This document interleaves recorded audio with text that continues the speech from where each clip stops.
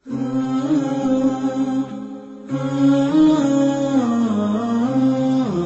سوال یہ ہے کہ یہ جو بڑی راتیں جو آتی ہیں، لیلۃ القدر جو آتی ہے اور یہ شب معراج جو آتی ہے اور شب برات جو آتی ہے، تو لوگ جو خصوصاً پاکستان اور انڈیا میں لوگوں نے جو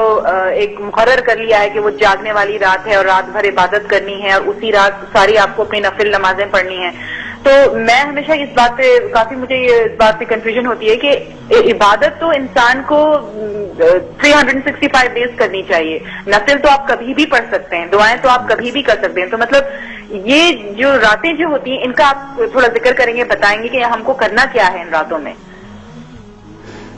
جو بہن نے سوال کیا کہ کئی راتیں ہم ہمارے معاشرے میں بناتے، لیکن جو قرآن مجید میں جس کا ذکر ہے وہ لیلۃ القدر،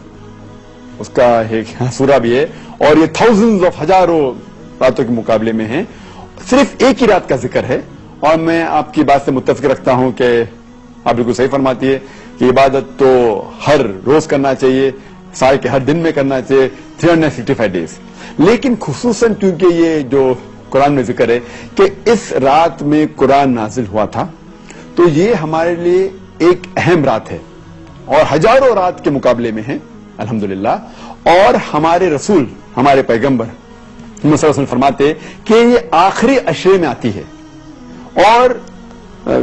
میں سمجھتا ہوں کہ خصوصاً اللہ سبحانہ و تعالیٰ نے یہ کون سی رات ہے اس کا ذکر نہیں کیا تو کہ ہمیں اور موقع ملتا ہے عبادت کرنے کا، تو ہم یہ آخری عشرے میں رمضان کے آخری 10 دنوں میں خصوصاً کہتے ہیں کہ it should be alternate, it should be odd days, یا 21ویں رات ہو یا 23ویں یا 25ویں یا 27 یا 29ویں رات،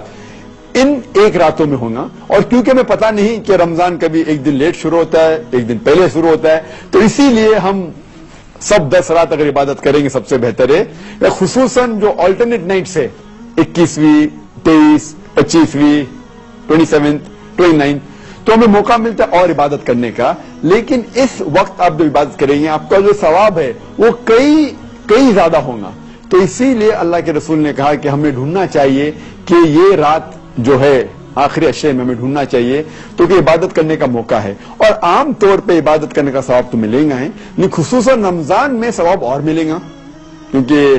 جیسے ہم جانتے ہیں کہ وہ شیطان اللہ سبحانہ و تعالیٰ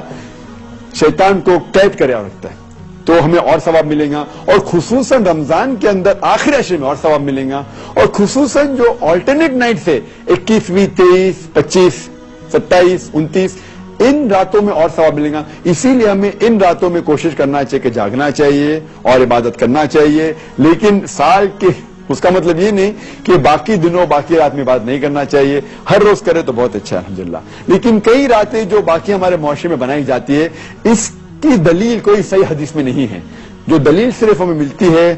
وہ ہے خصوصاً لیلۃ القدر کے بارے میں۔ Hope that's the question.